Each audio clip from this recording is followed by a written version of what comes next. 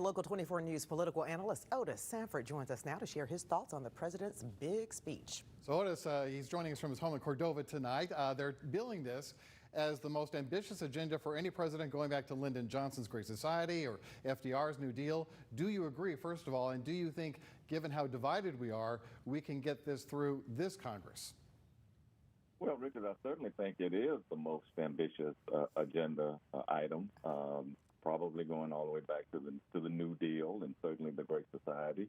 I mean, anytime you're talking about almost $2 trillion in spending for one initiative like this, it is very aggressive.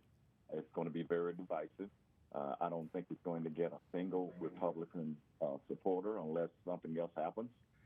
So it'll be interesting to see where we go from here with the Biden administration getting some Republican support on board for this, because it has a very, very tough road.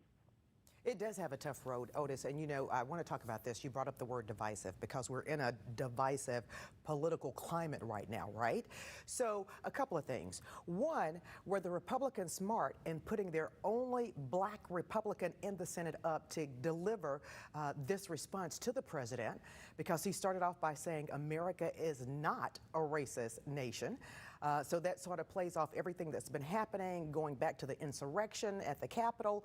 And then two, I thought it was very interesting that Tim Scott actually criticized Biden on policing when he's the only one that's really working with the Democrats to try to get something through on policing.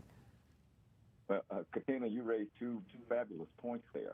First of all, yes, the Republicans were smart to put Tim Scott up there, because nobody else in the Republican Party right now has a level of credibility based on how they have flip-flopped, especially on the insurrection on January 6th, how they are continuing to tie themselves to the former president, and the fact that race is such a front and center issue right now with policing, even with the COVID pandemic, and certainly with health care. Yes, they had to put their only African-American senator up there.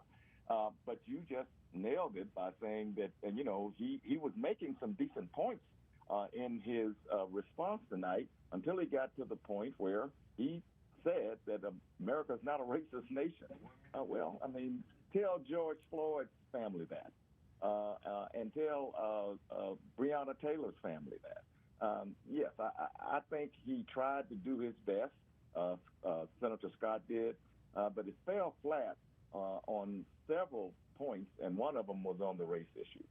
Otis, we got about 30 left. If anyone knows big legislation takes compromise to get through, it is President Biden. Do you think there are areas he will give in on, or do you think Republicans have a point when they say Biden's a master at appearing as a moderate, but proposing legislation that they say is more socialism than anything else? Well, I mean, obviously the left wing of the Democratic Party is going to continue to try to push President Biden that way, and the Republicans are going to make hay out of that. And it is true that there are a lot of things in that $2 trillion plan that the Republicans will say is not part of the infrastructure. You can make an argument about that. We'll just have to see how Biden is able to get some Republicans on board, based on the fact that a majority of Republicans, a majority of Americans, like most of what's in the plan. All right, our Otis Sanford joining us from his home tonight. We appreciate your perspective, Otis. Thank you so much.